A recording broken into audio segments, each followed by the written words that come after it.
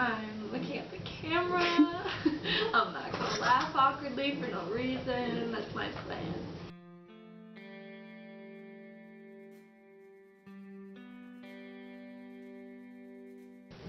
If I were to sum up my life before Jesus into, I guess, one word, it would really be lost.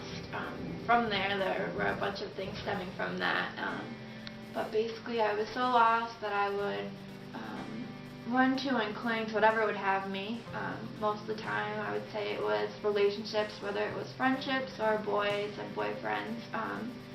I would always go to whoever took me, and I would be very dependent and just cling to that. And until either fell apart or it just felt empty.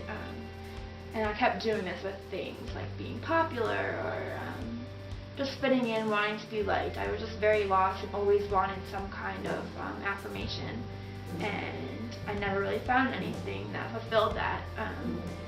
So this just went on, and feeling lost brought up feelings of anger and just sadness. And this was all mostly middle school, which I thought was pretty normal for middle school, but when it stuck into high school, I realized that, it wasn't good. But eventually I met my now boyfriend Dan, and after dating for a while, him and his uncle actually kept trying to get me to go to their church, a big evangelical church, and I kept refusing. I was nervous, I wasn't really interested.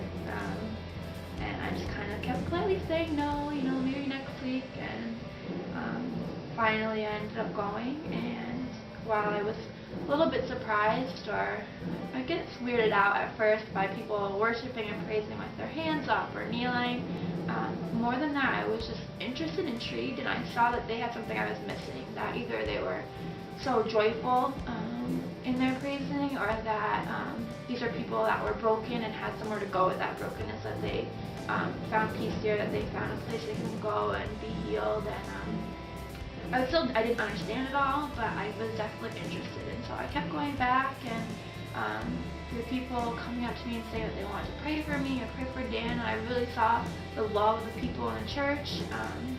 I started to realize God's love. So this is the whole process where I realized God's love, and then that transferred to realizing that He could love me, and that maybe I wasn't so lost after all, and that I finally started to find where I belonged.